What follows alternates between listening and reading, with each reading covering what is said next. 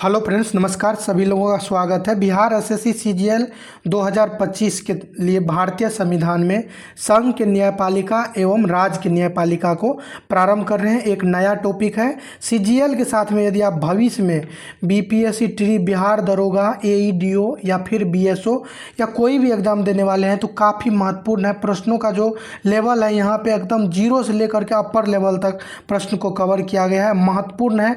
यदि आप पीछे वाले नहीं देखे हैं तो जा करके प्लेलिस्ट में उसे ज़रूर देखिए। ये वीडियो को आप देखिए और देखने के बाद आपको यकीन हो जाएगा कि प्रश्नों का स्तर कहाँ से कहाँ तक ले जा रहा है आपको।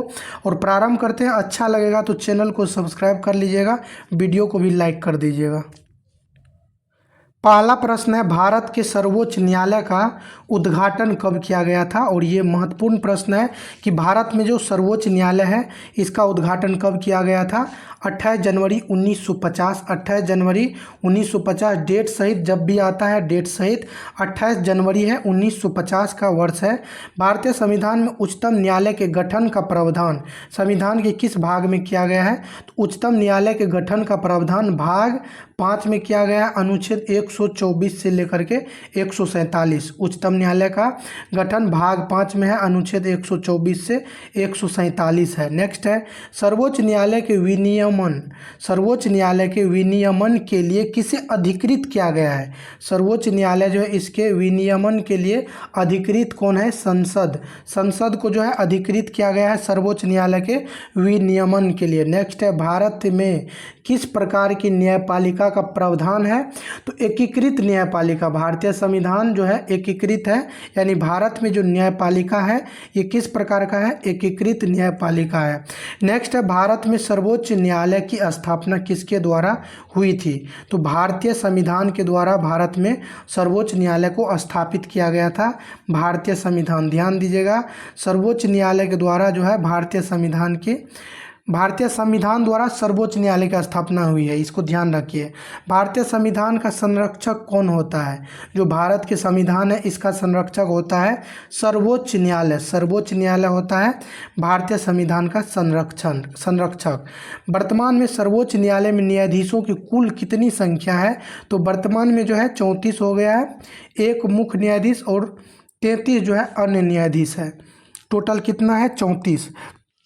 अगला है, संविधान लागू होने के समय उच्चतम न्यायालय में न्यायाधीशों की कुल संख्या कितनी थी। संविधान लागू होने के समय उच्चतम न्यायालय यानी जो हाई कोर्ट है, हाई कोर्ट नहीं उच्चतम न्यायालय है सुप्रीम कोर्ट, तो वहाँ पे न्यायाधीशों कुल संख्या 8 न्यायाधीश का व्यवस्था था, जिसमें एक मुख्य न्यायाधीश एवं 7 जो है अन्य न्यायाधीश शामिल था। 8 टोटल था, एक मुख्य न्यायाधीश और 7 जो है अन्य न्यायाधीश। नेक्स्ट है, उच्चतम न्यायालय दिल्ली में स्थित है, परंतु यदि मुख्य न्यायाधीश अन्य किसी स्थान पर सुनवाई करना चाहता है तो इसके लिए उसे किसके अनुमोदन की आवश्यकता होगी। तो ये महत्वपूर्ण है, राष्ट्रपति। प्रश्न को समझ लीजिए। कह रहा है कि जो उच्चतम न्यायालय है सुप्रीम कोर्ट है दिल्ली में है, लेकिन मुख्य न्यायाधीश किसी अन्य स्थान पर, जैसे मान लीजिए कोलकाता में यदि सुनवाई करना हो तो किससे अनुमोदन लेकर के सुनवाई करेंगे, राष्ट्रपति से अनुमोदन लेकर के कोलकाता में सुनवाई करेंगे। या फिर मान लीजिए चेन्नई में करना हो, चेन्नई साउथ में आ जाता है, तो वहाँ पे भी यदि करना हो तो राष्ट्रपति से अनुमोदन लेना होगा। सर्वोच्च न्यायालय के, इसको एकदम क्लियर रखिए, ये काफ़ी महत्वपूर्ण है कि उच्चतम न्यायालय तो दिल्ली में है जो नॉर्थ इंडिया में आ जाता है। यदि साउथ इंडिया में कोई मैटर आ जाता है तो वहाँ से आदमी को बार बार आने जाने में हो सकता है परेशानी हो, तो इस वजह से यदि चेन्नई में जो है एक पीठ बना करके वहाँ पे सुनवाई किया जाए तो इसके लिए अनुमति चाहिए, कहाँ से, राष्ट्रपति से अनुमति लेनी पड़ेगी। नेक्स्ट है, सर्वोच्च न्यायालय के न्यायाधीश तथा अन्य न्यायाधीशों की नियुक्ति किसके द्वारा की जाती है। सर्वोच्च न्यायालय के न्यायाधीश तथा अन्य न्यायाधीशों की नियुक्ति कौन करते हैं, राष्ट्रपति करते हैं। राष्ट्रपति करते हैं नियुक्ति। राष्ट्रपति द्वारा उच्चतम न्यायालय के मुख्य न्यायाधीश की नियुक्ति का आधार क्या निर्धारित है। राष्ट्रपति जो है इनके द्वारा उच्चतम न्यायालय के मुख्य न्यायाधीश की नियुक्ति का आधार क्या निर्धारित है। उच्चतम न्यायालय के जो मुख्य न्यायाधीश है उसके नियुक्ति का आधार क्या है? वरिष्ठता यानी 1973 से 77 को छोड़ करके। राष्ट्रपति द्वारा उच्चतम न्यायालय के मुख्य न्यायाधीश की नियुक्ति का आधार क्या निर्धारित है? राष्ट्रपति जो है उच्चतम न्यायालय के मुख्य न्यायाधीश को नियुक्त करते हैं, आधार क्या है? वरिष्ठता के आधार पे नियुक्त करते हैं 1973-77 को छोड़ करके, यानी वरिष्ठता में यदि गिना जाएगा 73-77 में नहीं किया गया था। संविधान में सर्वोच्च न्यायालय के गठन का उल्लेख किस अनुच्छेद के अंतर्गत है? तो सर्वोच्च न्यायालय का गठन 124 के 1 में इसका जो है किया गया है उल्लेख। नेक्स्ट है उच्चतम न्यायालय के न्यायाधीशों की नियुक्ति। जो उच्चतम न्यायालय है के न्यायाधीशों की नियुक्ति के बारे में प्रावधान संविधान में किस अनुच्छेद के अंतर्गत उल्लिखित है? तो उच्चतम न्यायालय के न्यायाधीशों की नियुक्ति के बारे में प्रावधान संविधान में किस अनुच्छेद में है? अनुच्छेद 124 के 2। उच्चतम न्यायालय के न्यायाधीशों की नियुक्ति के बारे में प्रावधान, तो यहाँ पे न्यायाधीशों के बारे में लिया गया है। 124 का 1 जो है उसमें तो उच्चतम न्यायालय का प्रावधान है, 124 का 2 जो है उसमें उच्चतम न्यायालय में न्यायाधीश की नियुक्ति के बारे में है। नेक्स्ट है सर्वोच्च न्यायालय के न्यायाधीशों की नियुक्ति के लिए क्या योग्यताएं निर्धारित की गई है? जो सर्वोच्च न्यायालय के न्यायाधीश होंगे नियुक्त, उसके लिए योग्यताएं हैं, एक या अधिक उच्च न्यायालय में लगातार न्यूनतम 5 वर्ष तक न्यायाधीश के पद पर कार्य कर चुका हो। एक या अधिक उच्च न्यायालय में लगातार या न्यूनतम 5 वर्ष तक न्यायाधीश के रूप में कार्य कर चुका हो, अथवा एक या अधिक उच्च न्यायालय में लगातार न्यूनतम 10 वर्ष तक अधिवक्ता रह चुका हो, अथवा वह राष्ट्रपति की राय में पारंगत विधिवेता हो। यानी यदि न्यायाधीश के रूप में रहेंगे तो 5 वर्ष, और अधिवक्ता वकील के रूप में रहेंगे तो 10 वर्ष, या फिर राष्ट्रपति की नज़र में जो है एक पारंगत विधिवेता हो। नेक्स्ट है उच्चतम न्यायालय के न्यायाधीशों का कार्यकाल कितने वर्षों का निर्धारित है? तो 65 वर्ष की आयु तक जो है उच्चतम न्यायालय के न्यायाधीशों का कार्यकाल निर्धारित है। नेक्स्ट है सर्वोच्च न्यायालय ने किस वर्ष न्यायाधीशों की नियुक्ति के लिए कॉलेजियम व्यवस्था को अपनाया गया था? सर्वोच्च न्यायालय ने किस वर्ष न्यायाधीशों की नियुक्ति के लिए कॉलेजियम व्यवस्था को अपनाया गया था? जो कॉलेजियम व्यवस्था है इसको अपनाया गया था 1993 में। और कॉलेजियम के बारे में आप इतना समझ लीजिए कि जो सर्वोच्च न्यायालय के न्यायाधीश होते हैं वहीं सब बैठ करके जो है विचार करते हैं कि इसको सेलेक्ट करना है, तो वही है कॉलेजियम व्यवस्था। तो ये 1993 में ये व्यवस्था किया गया था कॉलेजियम व्यवस्था का। भारत के पहले मुख्य न्यायमूर्ति कौन थे? तो H.J. कानिया, हीरालाल जे कानिया।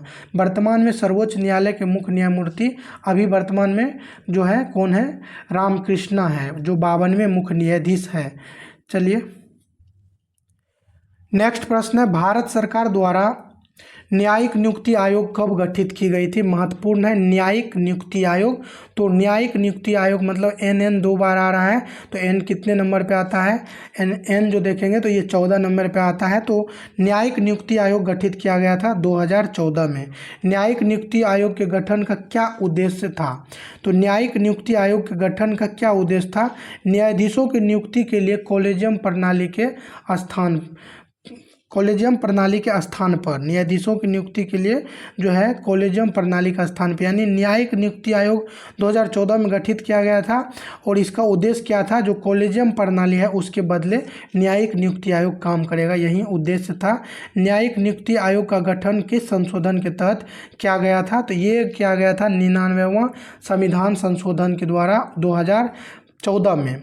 तो न्यायिक नियुक्ति आयोग क्या था? जो कॉलेजियम पद्धति 1993 में न्यायाधीश की नियुक्ति के लिए लाया गया था, उसी के बदले कहा गया था कि जैसे कॉलेजियम में क्या था, केवल सर्वोच्च न्यायालय से यानी जो न्याय व्यवस्था से जुड़े हैं सर्वोच्च न्यायालय में वही अपना डिसीजन देते थे, इसमें निर्णय अपना देते थे। तो उसी में कहा गया था कि कुछ जो है भारत सरकार की तरफ से भी रहेगा, तो इसीलिए न्यायिक नियुक्ति आयोग लाया गया था। और 99वां संविधान संशोधन किया गया था 2014 में। तो आगे देखिए क्या हुआ था। भारत के सर्वोच्च न्यायालय ने कब न्यायिक नियुक्ति आयोग 2014 को असंवैधानिक घोषित कर दिया? तो 14 में लाया गया और 2015 में इसको असंवैधानिक घोषित कर दिया। समझिए कि सर्वोच्च न्यायालय क्यों चाहेंगे कि हम जो अपना निर्णय ले रहे हैं उसमें कोई हस्तक्षेप करेंगे, तो कोई हस्तक्षेप नहीं होना चाहिए, इसीलिए जो है इसको निरस्त कर दिया गया था 2015 में। 14 का ये न्यायिक नियुक्ति आयोग था, 99वां संविधान संशोधन था, कॉलेजियम पद्धति पद्धति के बदले जो है इसको लाया गया और कॉलेजियम पद्धति 1993 में प्रारंभ हुआ, जो न्यायाधीशों की नियुक्ति से संबंधित है। नेक्स्ट है, वर्तमान में न्यायाधीशों की नियुक्ति किस प्रणाली में होती है? तो कॉलेजियम पद्धति के तहत, अभी क्योंकि कॉलेजियम ही है। किस अनुच्छेद के तहत सर्वोच्च न्यायालय के न्यायाधीशों की नियुक्ति संबंधी अयोग्यताओं का वर्णन है? तो सर्वोच्च न्यायालय के न्यायाधीशों की नियुक्ति संबंधी योग्यता है, यहाँ पे ध्यान दीजिए, योग्यताओं का वर्णन है 124 के 3 में, योग्यता 124 के 3 में। सुप्रीम कोर्ट या हाई कोर्ट में न्यायाधीशों की नियुक्ति के लिए राष्ट्रपति किससे परामर्श लेते हैं? तो सुप्रीम कोर्ट के चीफ जस्टिस से। सुप्रीम कोर्ट या हाई कोर्ट में न्यायाधीशों की नियुक्ति के लिए राष्ट्रपति परामर्श लेता है सुप्रीम कोर्ट के चीफ जस्टिस से। अगला है, किस प्रक्रिया का पालन किए बिना राष्ट्रपति किसी भी सिफारिश को मानने के लिए बाध्य नहीं है? किस प्रक्रिया का पालन किए बिना राष्ट्रपति किसी भी सिफारिश को मानने के लिए बाध्य नहीं है? तो परामर्श प्रक्रिया का पालन किए बिना जो है किसी को मानने के लिए बाध्य नहीं है। संविधान के किस अनुच्छेद के अंतर्गत उच्चतम न्यायालय के किसी न्यायाधीश को पद से हटाने की प्रक्रिया का प्रावधान है? तो उच्चतम न्यायालय के न्यायाधीश को हटाने के जो प्रावधान है 124 के 4 में है। 4 में क्या है? हटाने का प्रावधान है, न्यायाधीश को हटाने का। और ऊपर वाले प्रश्न को एक बार ध्यान से आप लोग समझिए। कह रहा है कि किस प्रक्रिया का पालन किए बिना राष्ट्रपति किसी भी सिफारिश को मानने के लिए बाध्य नहीं है? तो किस प्रक्रिया का पालन किए बिना? तो परामर्श प्रक्रिया जो होता है इसको पालन किए बिना जो है मानने के लिए बाध्य नहीं है। तो इसको आप ध्यान रखिए। और 124 के तहत न्यायाधीशों को हटाने का प्रावधान है। यदि इसमें आएगा अंदर थोड़ा तो 124 का 4 आपसे पूछा जाएगा। सर्वोच्च न्यायालय का न्यायाधीश अपना त्यागपत्र किसे देता है?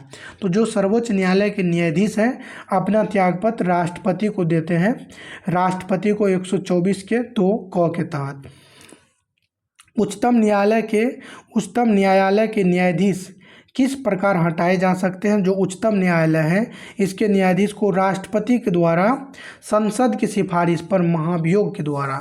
तो महाभियोग तो केवल राष्ट्रपति के लिए आता है, बस उसी टाइप का जो है ये प्रोसेस है, इसीलिए कहा गया है ये महाभियोग द्वारा। तो उच्चतम न्यायालय के न्यायाधीश को किस प्रकार हटाएंगे? तो राष्ट्रपति के द्वारा संसद की सिफारिश पे, संसद सिफारिश करेंगे फिर राष्ट्रपति हटाएंगे न्यायाधीश को। उच्चतम न्यायालय के न्यायाधीशों के वेतन का निर्धारण किसके द्वारा होता है? संसद द्वारा बनाई गई विधि के तहत। जो उच्चतम न्यायालय है उसके न्यायाधीशों के वेतन का निर्धारण संसद द्वारा बनाई गई विधि के तहत किया जाता है। संविधान के किस अनुच्छेद में उच्चतम न्यायालय के न्यायाधीशों के वेतन का प्रावधान वर्णित है? तो वेतन जो है 125 के 1 में दिया गया है वेतन। वर्तमान में उच्चतम न्यायालय के मुख्य न्यायाधीश का वेतन कितना है? तो 2,80,000 जो है वर्तमान में मुख्य न्यायाधीश का है, और अन्य न्यायाधीश जो है उन लोगों का है 2,50,000।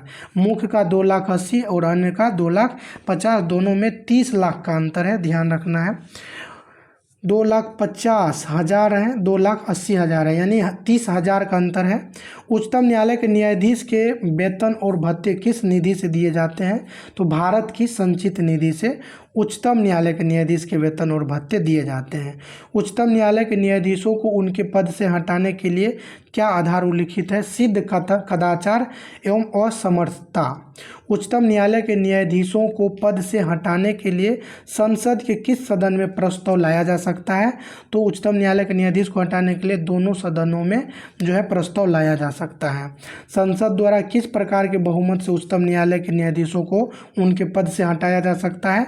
तो दोनों सदन में कहीं भी ला सकते हैं, और कुल सदस्य संख्या के बहुमत तथा उपस्थित एवं मतदान करने वाले सदस्यों के 2/3 बहुमत द्वारा जो है हटाया जा सकता है। चलिए अगला जो है पेज में आते हैं।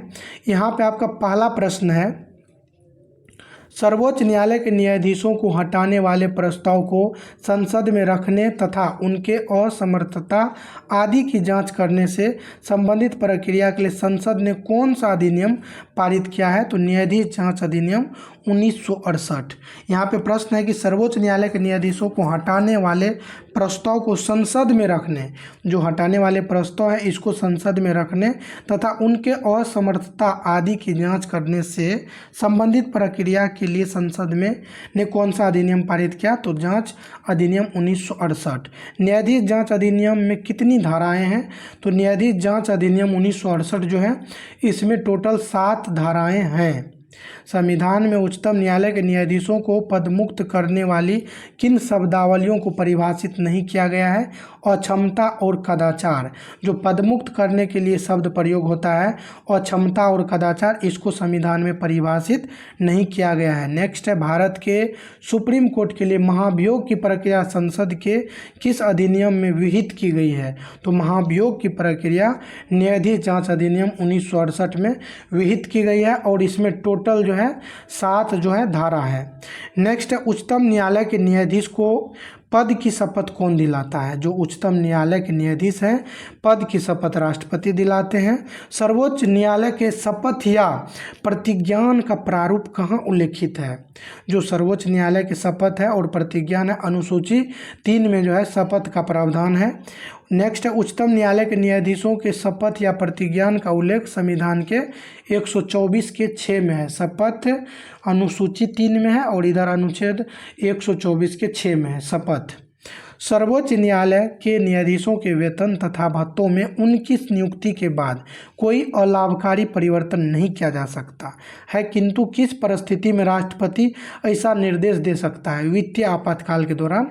यानी कहा गया है कि जो भी न्यायाधीश हैं उनके वेतन में कोई परिवर्तन नहीं किया जा सकता है अलाभकारी, यानी ऐसा परिवर्तन जो लाभकारी न हो। तो लाभकारी न हो तो ऐसा नहीं कर सकते हैं। कब ये क्या कहते हैं अलाभकारी परिवर्तन नहीं किया जा सकता है। ये कहा गया है कि ऐसा कोई परिवर्तन नहीं कीजिए जिससे हानि हो, यानी लाभ ना हो कि हानि हो। लेकिन किस परिस्थिति में कर सकते हैं? राष्ट्रपति ऐसा निर्देश देंगे जब वित्तीय आपातकाल लागू हो। तो वित्तीय आपातकाल जैसे रहेगा तो फिर ये कर सकता है। संविधान के किस अनुच्छेद में कार्यकारी मुख्य न्यायाधीश की नियुक्ति का प्रावधान है? तो कार्यकारी मुख्य न्यायाधीश जो होंगे, कार्यकारी यानी कुछ समय के लिए जो होंगे, तो 126 के तहत कार्यकारी मुख्य न्यायाधीश है। कार्यकारी मुख्य न्यायाधीश की नियुक्ति कौन करते हैं? राष्ट्रपति करते हैं। कार्यकारी मुख्य न्यायाधीश के पद किसे नियुक्त किया जा सकता है? तो कार्यकारी मुख्य न्यायाधीश के पद पर उच्चतम न्यायालय के अन्य न्यायाधीशों में से किसी एक को नियुक्त किया जा सकता है। कार्यकारी मुख्य न्यायाधीश की नियुक्ति राष्ट्रपति कब करता है? जब उच्चतम न्यायालय का मुख्य न्यायाधीश अनुपस्थित हो या कर्तव्य निर्वाह में किसी कारणवश असमर्थ हो। यानी मुख्य न्यायाधीश अनुपस्थित होंगे या फिर कर्तव्य को निर्वहन करने में असमर्थ होंगे, तभी जाके राष्ट्रपति कार्यकारी मुख्य न्यायाधीश की नियुक्ति करेंगे। तदर्थ न्यायाधीश की नियुक्ति कहाँ होती है? केवल उच्चतम न्यायालय में। इसको ध्यान रखिएगा। तदर्थ न्यायाधीश एक प्रकार से समझिए कि जब आवश्यकता है और नहीं है, कम पड़ रहा है, तो उस स्थिति में किया जाता है तदर्थ न्यायाधीश की नियुक्ति। और इसका व्यवस्था केवल और केवल जो है सुप्रीम कोर्ट में है, उच्चतम न्यायालय में है। तदर्थ न्यायाधीश की जो व्यवस्था है अनुच्छेद 127 के तहत है और नियुक्ति करते हैं मुख्य न्यायाधीश। तदर्थ न्यायाधीश की नियुक्ति कौन करते हैं? मुख्य न्यायाधीश करते हैं राष्ट्रपति की अनुमति से। तो इसको भी ध्यान रखिए कि तदर्थ न्यायाधीश की नियुक्ति जो है केवल उच्चतम न्यायालय में होगा, अनुच्छेद 127 के तहत होगा, और राष्ट्रपति की अनुमति से मुख्य न्यायाधीश नियुक्त करते हैं तदर्थ न्यायाधीश को। तदर्थ न्यायाधीश की नियुक्ति किस कारणवश की जाती है? कोरम पूरा न होने पर। वही बात है जो मैंने बताया, यदि कमी पड़ रहा है, कोरम पूरा न होने पर, यानी उच्चतम न्यायालय में न्यायाधीशों की संख्या कम होने पर, ज़रूरत है लेकिन कम पड़ रहा है, तो तदर्थ न्यायाधीश की नियुक्ति किया जा सकता है। और किया जा सकता है केवल उच्चतम न्यायालय में अनुच्छेद 127 के तहत मुख्य न्यायाधीश नियुक्ति करेंगे राष्ट्रपति की अनुमति से। इतना बात जो है आप ध्यान रखिए। नेक्स्ट है, उच्चतम न्यायालय में तदर्थ न्यायाधीशों की नियुक्ति के लिए मुख्य न्यायाधीश किसकी पूर्व अनुमति प्राप्त करता है? तो उच्चतम न्यायालय में जो तदर्थ न्यायाधीश होते हैं उसकी नियुक्ति से पहले मुख्य न्यायाधीश किसकी पूर्व अनुमति प्राप्त करता है? तो संबंधित उच्च न्यायालय के मुख्य न्यायाधीशों से एवं राष्ट्रपति से। उच्चतम न्यायालय में तदर्थ न्यायाधीशों की नियुक्ति के लिए मुख्य न्यायाधीश किसकी पूर्व अनुमति प्राप्त करता है? संबंधित उच्च न्यायालय के मुख्य न्यायाधीश से एवं राष्ट्रपति से। तो यहाँ पे जो है आप एक चीज़ ध्यान दीजिए आपको कि उच्चतम न्यायालय में जो तदर्थ न्यायाधीश की नियुक्ति करेंगे तो मुख्य न्यायाधीश कहाँ से परामर्श करेंगे, संबंधित उच्च न्यायालय के मुख्य न्यायाधीश से एवं राष्ट्रपति से। यानी यहाँ पे बात ये है कि यदि केंद्र में जो उच्चतम न्यायालय वहाँ पे कम पड़ रहा है कोरम का, तो किसी न किसी राज्य से उठाएगा और जिस राज्य से लिया जाएगा उस राज्य से, संबंधित राज्य का मतलब है वही राज्य जिससे लेगा, तो उसके मुख्य न्यायाधीश से और राष्ट्रपति से। सेवानिवृत्त न्यायाधीश की नियुक्ति का प्रावधान किस न्यायालय में है, तो सेवानिवृत्त न्यायाधीश की नियुक्ति का प्रावधान उच्चतम न्यायालय में है। जो सेवानिवृत्त न्यायाधीश है तो ये उच्चतम न्यायालय में जा सकते हैं। अगला है, उच्चतम न्यायालय में सेवानिवृत्त न्यायाधीश की नियुक्ति कौन करता है। उच्चतम न्यायालय में सेवानिवृत्त न्यायाधीश की नियुक्ति भारत का मुख्य न्यायाधीश अल्पकाल के लिए करते हैं। तो उच्चतम न्यायालय में सेवानिवृत्त न्यायाधीश की नियुक्ति भारत के मुख्य न्यायाधीश करते हैं और ये जो होते हैं शॉर्ट टाइम के लिए करते हैं, अल्पकाल के लिए करते हैं। नेक्स्ट है, सेवानिवृत्त न्यायाधीशों की नियुक्ति मुख्य न्यायाधीश द्वारा राष्ट्रपति की पूर्व अनुमति प्राप्त कर उच्चतम न्यायालय या उच्च न्यायालय से किस अनुच्छेद के अंतर्गत की जाती है। तो सेवानिवृत्त न्यायाधीशों की नियुक्ति मुख्य न्यायाधीश द्वारा राष्ट्रपति की पूर्व अनुमति प्राप्त कर उच्चतम न्यायालय या उच्च न्यायालय से किस अनुच्छेद के अंतर्गत की जाती है, अनुच्छेद 128 के तहत। अगला है, अभी तक सर्वोच्च न्यायालय के किसी भी न्यायाधीश को उसकी पदावधि के पूर्व हटाया नहीं जा सका है, तथापि इसके लिए प्रयत्न किया जा चुका है। वे कौन से न्यायाधीश है, यानी अभी तक कोई भी सर्वोच्च न्यायालय के न्यायाधीश नहीं है जिनको पदावधि के पूर्व ही यानी पद अवधि से पहले ही हटा दिया गया हो, तथापि इसके लिए प्रयत्न किया जा चुका है। तो किनके विरुद्ध किया गया था, रामास्वामी सौमित्र सेन के लिए, जो है रामास्वामी के लिए और सौमित्र सेन, इनके बारे में ये प्रयास किया गया था, लेकिन प्रयास जो है असफल रहा है। न्यायाधीश जांच अधिनियम 1968 के तहत कितने सदस्यों की समिति गठित होती है। तो न्यायाधीश जांच अधिनियम 1968 के तहत 3 सदस्यों की समिति गठित होती है और ये जो अधिनियम था इसमें टोटल 7 धारा का प्रावधान है। किस अनुच्छेद के तहत उपबंध है कि उच्चतम न्यायालय का कोई भी सेवानिवृत्त न्यायाधीश भारत में किसी भी न्यायालय या प्राधिकारी के समक्ष वकालत नहीं कर सकता है। अनुच्छेद 124 के 7 में कहा गया है कि जो उच्चतम न्यायालय के सेवानिवृत्त होंगे वो कहीं भी काम नहीं करेंगे, 124 के 7 में कहा गया है। संविधान के आधारभूत ढांचे का सिद्धांत सर्वोच्च न्यायालय के किस वाद में दिया गया। तो केशवानंद भारतीवाद 1973 काफ़ी फेमस है। ये आधारभूत ढांचे का जो है संविधान के आधारभूत ढांचे का सिद्धांत दिया था केशवानंद भारतीवाद 1973। किस अनुच्छेद में उच्चतम न्यायालय को अभिलेख न्यायालय कहा गया है। तो अभिलेख न्यायालय का मतलब है इसका जो रिकॉर्ड है रखा जाएगा, तो 129 में कहा गया है। अभिलेख न्यायालय से क्या तात्पर्य है, उस न्यायालय के फैसले अभिलेख या साक्ष्य के रूप में रखे जाएंगे। यदि कोई न्यायालय जो है क्या करेंगे, कोई फैसले दिए हैं तो उसको साक्ष्य के रूप में रखते हैं उच्चतम न्यायालय, या फिर वहाँ पे भी अभिलेख के रूप में रहता है। उस न्यायालय को अवमानना में दंडित करने का अधिकार प्राप्त है। उस न्यायालय को अवमानना में दंडित करने का अधिकार प्राप्त है। नेक्स्ट है, मूल या आरंभिक अधिकारिता। तो यहाँ पे उच्चतम न्यायालय की आरंभिक अधिकारिता में क्या क्या आता है, यानी प्राथमिक जो है अधिकार क्या क्या है। केंद्र सरकार तथा एक या अधिक राज्यों के बीच का विवाद।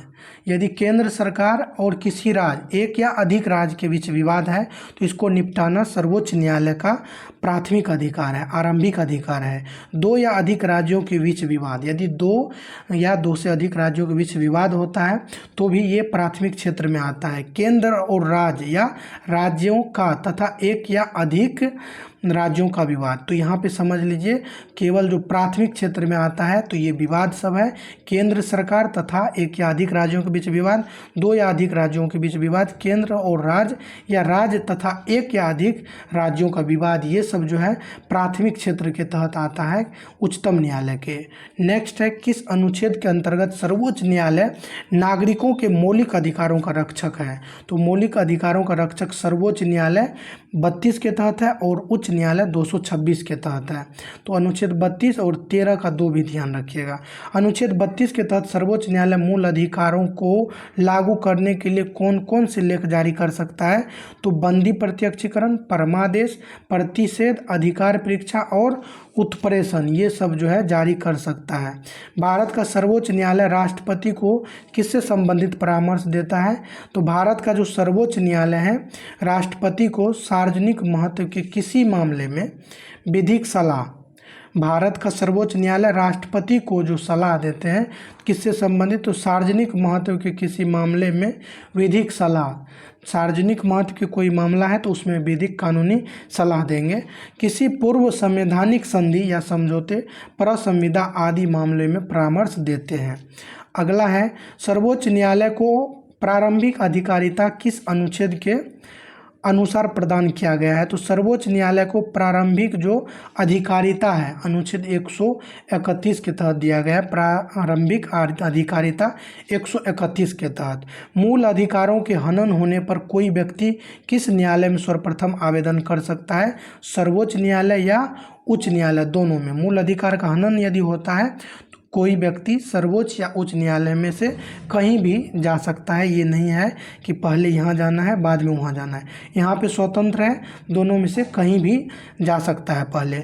आज के वीडियो को यहीं समाप्त करते हैं और इसका नेक्स्ट पार्ट लाएंगे। आप लोग ज़रूर देखिएगा, अच्छा लगा होगा सब्सक्राइब, लाइक और जो है शेयर भी कर दीजिएगा। सभी लोगों को धन्यवाद।